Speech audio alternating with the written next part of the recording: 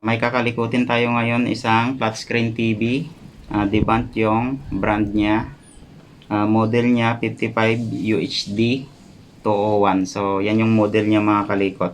So bago natin kalikutin guys, shoutout muna natin yung mga nagsuporta sa ating channel. Shoutout natin si Rolen Reginaldo, Princess Bubblegum, Carl Edri Galion, Jesus Baroga, Mark Hel Gomez, Socrates Tero, Cynthia Tumalak, Glendon Cambe, Shing Cabocos, Reden the Explorer Tech TV, Reynald Dimapeg, Wilson Botalaw, Neo Espirito, Jazz Obal, Nomtam, Acoustic Tracks, Gerald El Tanal, Archangel Nuesca, Mastal Sara, at kay Rosalie Laurente Barena. So maraming salamat guys sa pagsuporta sa ating channel. So huwag nyo pong kalimutang i-subscribe ang ating channel at pahit na rin ng notification bell para updated kayo sa mga video natin guys. At saka huwag nyo rin pong kalimutang i-follow ang ating Facebook page. So tara kalikutin na natin siya mga kalikot.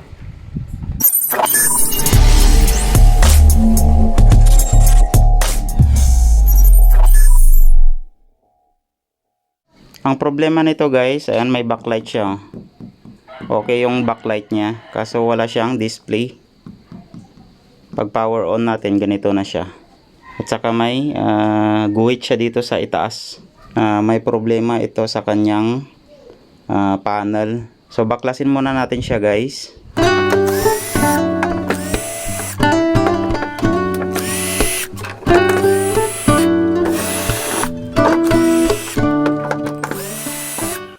Kung babaklasin nyo to guys, yung sa back casing nya, ito yung iangat nyo mga kalikot.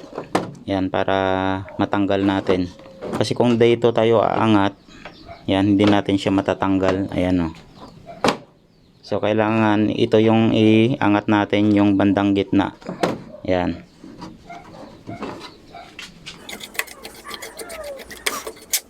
Visual check muna tayo guys. Dito sa kanyang top board at saka dito sa kanyang T-con.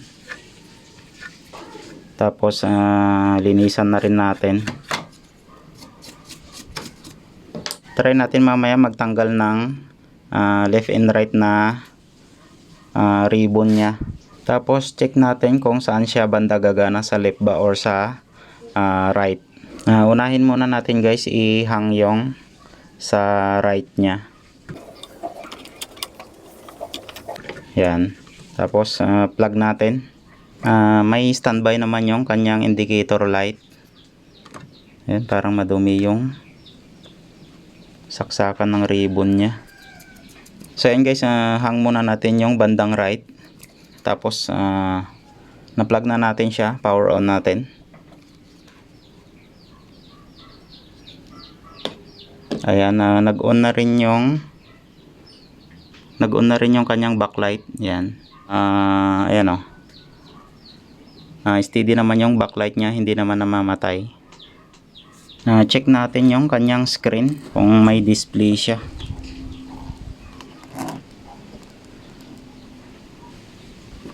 Ayan guys o. May display yung bandang left natin.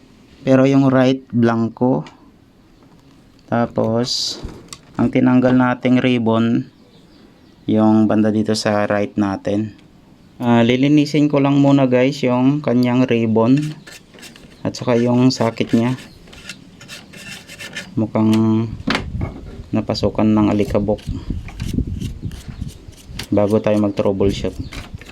Pati dito sa kabila linisin natin kasi parang may nakita akong bar line kanina dun sa screen nya. Update ko kayo mamaya guys. Linisin ko muna yung mga ribbon nya. Yan yung tatlong ribbon na to. Baka mag normal yung voltahe nya. Dito sa kanyang ribbon mga kalikot, ayan o. May mga itim-itim yung mga contact nya. Minsan dyan rin nagkakaroon ng problema. Linisin ko muna guys yung tatlong ribbon nya. Pwede nyo rin siyang linisan ng lighter fluid. Yan, ganyan. Yung kanyang socket. Kasi ito guys, kapag hinipan mo lang, matutuyo na kaagad. Tapos kuha lang kayo guys ng cotton buds. Yan, lagyan nyo rin siya ng lighter fluid. Yun yung panglinis natin dito sa kanyang ribbon. Ayan, nangingitim na pala. Kapag nililinisan nyo guys yung kanyang ribbon, dahan-dahan nyo lang, baka matuklap yung kanyang contact. Yung left naman yung tinanggal natin guys. Yan, try ulit natin siyang i-plug. Yan, naka standby na siya. Power natin. Bumukas na rin yung kanyang backlight. Yan, check na natin yung kanyang screen. So ayun guys, wala siyang display. Kapag nakatanggal itong kanyang left na ribbon, wala siyang display. Tapos ito yung nakakonek yung right. Tapos kanina guys, nung tinanggal natin yung right, nakakabit naman itong left, nagkaroon siya ng display. So ibig sabihin nun guys, ang may problema dito sa bandang right natin. Unang gagawin natin mga kalikot, magbo-voltage checking tayo. Yan, lagay muna natin yung test prod natin, yung negative test prod natin sa ground. Tapos plug na rin natin siya mga kalikot. Power na rin natin siya. Antayin lang natin mag on yung ating backlight. Ayan, gagamit lang tayo ng magnifying. Medyo tumatanda na tayo, hindi na natin makita yung malilit na pyesa. Ang una nating testerin guys, itong kanyang BN or yung kanyang main supply papunta dito sa kanyang T-con. I-check natin kung okay yung T-con niya mga kalikot. Ito, yung buong board. So ito yung kanyang main supply. Check natin kung may 12 volts siya. Ayan, may 12 volts naman. Tapos ang isunod natin i-check guys, itong kanyang ano ba to? Malilit kasi. DBDD. Yan, ito. Check rin natin kung may supply. So ingat-ingat lang guys, baka mapag-short natin. Lalo na kapag naka-plug siya. So ayan, may 3.3 siya. Sunod mga kalikot, yung kanyang BGH. Saan yung BGH nito? Ayan, komplikado. So ito yung BGH niya mga kalikot. So ingat-ingat lang guys. So ayan, 11.9. So mababa siya. Dapat nasa 29 pataas hanggang 32, ganun. Saan yung BGL? Ito yung BGL niya mga kalikot. Ayan, negative 8. Yan. May problema sa kanyang supply. So dito sa ano to ba yun? Bcom. Yan. So 0 siya. BDD. Ayan, may 1.1. BDD1 1.5. Dito sa kanyang SDA. Yan, pabago-bago guys. Ang susunod na gagawin natin guys, i-check natin kung okay ba yung buong board ng T-con natin. Bali, tatanggalin natin yung dalawang flex nya or ribbon para i-check natin kung buo yung supply ng T-con. So kapag may kulang siya, ibig sabihin may problema itong T-con natin. Kapag nagtanggal tayo mga kalikot ng ribbon, make sure na nakatanggal rin yung ating power cord. Tanggalin muna natin guys yung dalawang flex nya or ribbon, yung left and right. Baka kasi may shorted yung left and right na panel nya, kaya nagpo-protect itong ating T-con. Kaya tanggalin muna natin yung dalawang ribbon nya, tapos i-plug natin ulit. Pero kung buo yung supply ng ating T-con, ibig sabihin may problema sa left and right na panel nya. So kung hindi kumpleto yung kanyang voltahe dito guys, so may problema dito sa ating T-con. So plug ulit natin siya. Tapos power on natin. Antayin lang natin guys mag-on yung ating backlight. Ayan, nag-on na siya. Testerin ulit natin yung BN nya or yung main supply.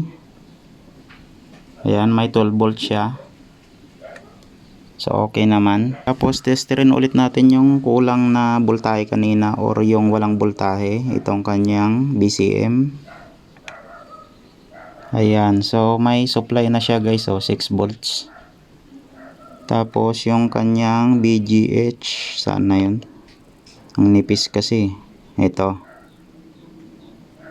So make sure na hindi natin matatamaan yung ibang parts. Baka mag short siya. So ayan guys, so may 28 volts na siya, lumabas na yung voltahe niya. So yung BGL, hirap nito pag pasmado kay.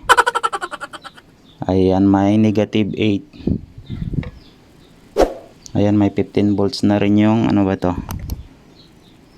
Yung VEA niya. So dito okay naman kanina yan dito. So kompleto na guys yung voltahe na, may BGH na siya. So ibig sabihin yan mga kalikot, buo itong kanyang T-con. May problema dito sa left and right channel ng ating panel. Power on na natin siya. Yan. Check ulit natin yung kanyang panel. Ayan guys, oh.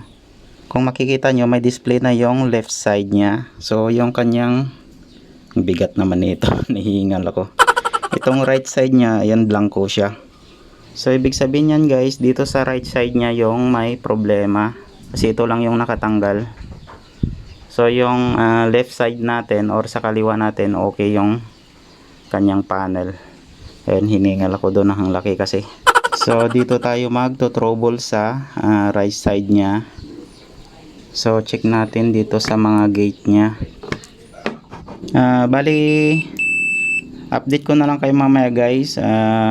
I-check ko muna kung may shorted na SMD capacitor dito sa kanyang top board. So isa-isahin ko siya dito sa bandang right na panel nya. So update ko na lang kayo mamaya mga kalikot. A few moments later. Na-check na natin guys yung mga SMD capacitor nya. Okay naman lahat. Try natin mamaya guys na mag-block. Dito na lang tayo mag-block sa kanyang flex. I-block natin yung mga signal, clocking signal nya dito. So ito kasi guys yung clocking signal nya. Nandyan yung wait lang, lagyan natin ng ilaw. So ito yung mga signal nya mga kalikot. Yung clocking signal nya, nandyan yung LC1, LC2, CKB1, hanggang ano yun, CKB8 ba yun? Ang ninipis kasi mga kalikot eh, hindi kita. Ayan, yan LC1, clock signal 1 hanggang 8 ata yun eh. Ayan, hanggang 8. So yan yung ibablock natin. Yan yung mga signal na yan mga kalikot. 2, 4, 6, 8, 10, 12, 14 ba yan?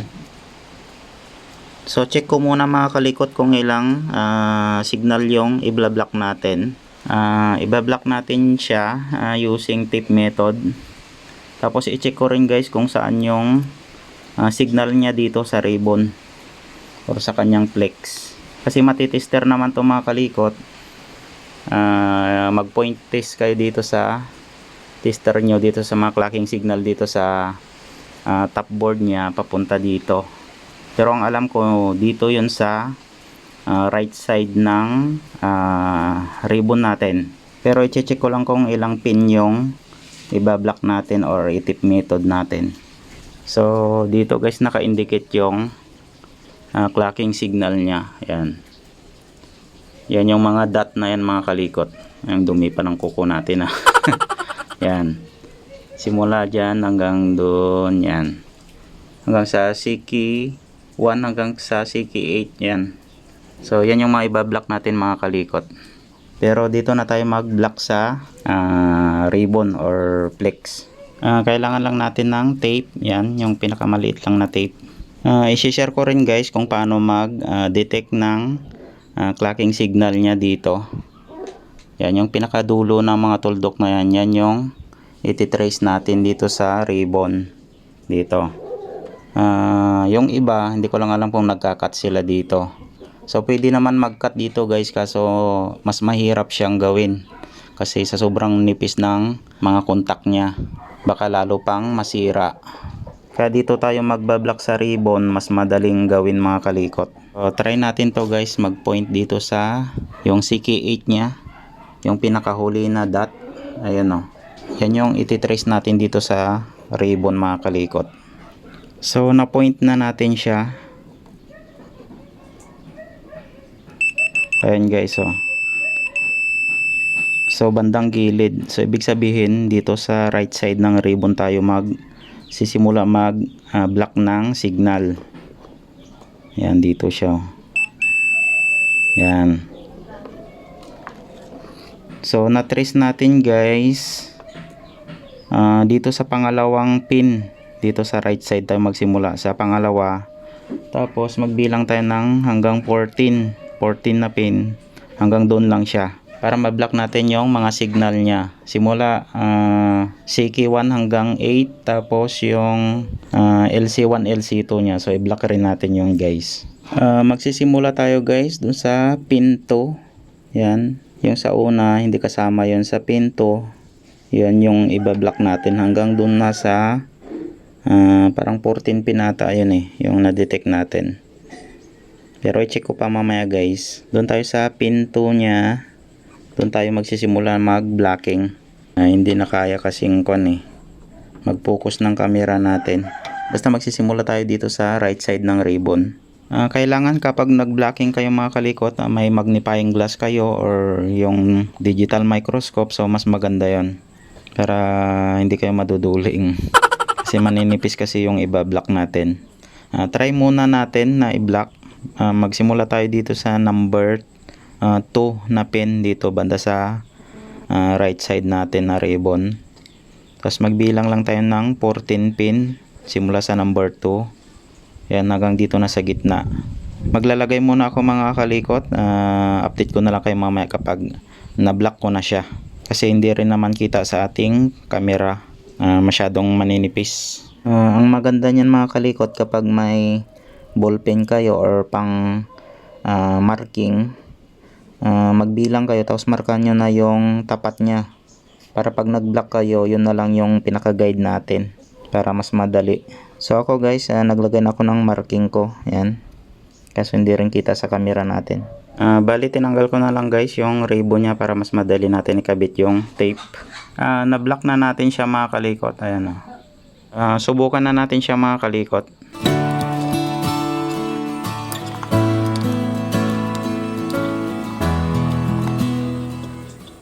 Yan, check na natin siya mga kalikot.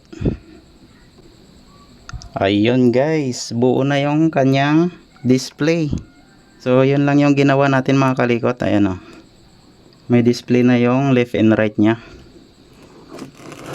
Yun lang ginawa natin guys. Nagsimula tayo nag-blocking sa number 2 pin nya hanggang sa nagbilang tayo ng 14 pin. So yun yung blinak natin.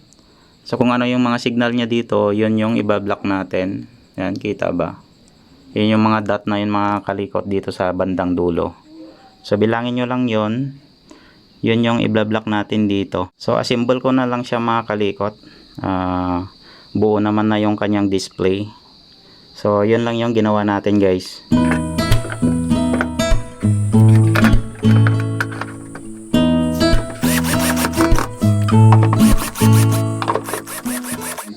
Pinatayo muna natin siya guys. Ayan, may guhit siya, baka may na-block tayong ibang signal. So baguhin ulit natin guys yung blocking nya. Parang may na-block akong ibang signal. Kanina kasi hindi ko napansin, pero na-symbol na natin siya. So baklasin ulit natin siya guys. Baguhin natin yung blocking nya. Pero okay na, nagka-display na siya. May mga pin lang tayo sigurong na-block.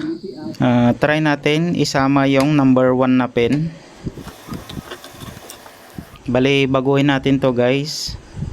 Try natin isama yung pin number 1 na i-block. Kasi dun sa tester natin, tinester natin kanina, nagsisimula kasi siya sa number 2 na pin. So try natin guys na buuhin na lang. Magbilang na lang tayo ng 1 to 14 na pin. Yun yung ibablock natin. Try natin siya. Kasi parang may kulang sa signal niya eh. Yan. Baguhin na ulit natin siya guys. 2,000 years later. So yan guys, okay na siya. Ayan, nawala na yung guhit dito sa gitna. So ang blinak nating signal mga kalikot, yung pin number 1 hanggang 14. So yun yung blinak natin. So naging okay na siya. Wala na yung guhit dito sa gitna. Okay na lahat mga kalikot. Sana makatulong itong video na to sa inyo guys. So hanggang dito na lang ulit yung video natin para dito sa ating Diband 55 UHD 201 yung model ng ating ginawa. So maraming salamat guys sa panonood ng mga video natin. Huwag niyo pong kalimutang i-subscribe ang ating channel at pahit na rin ng notification bell para updated kayo sa mga bagong mga video natin guys. At saka huwag nyo rin pong kalimutang i-follow ang ating Facebook page. So maraming salamat ulit guys. Ingat kayong lahat and God bless sa ating lahat mga kalikot. Bye bye.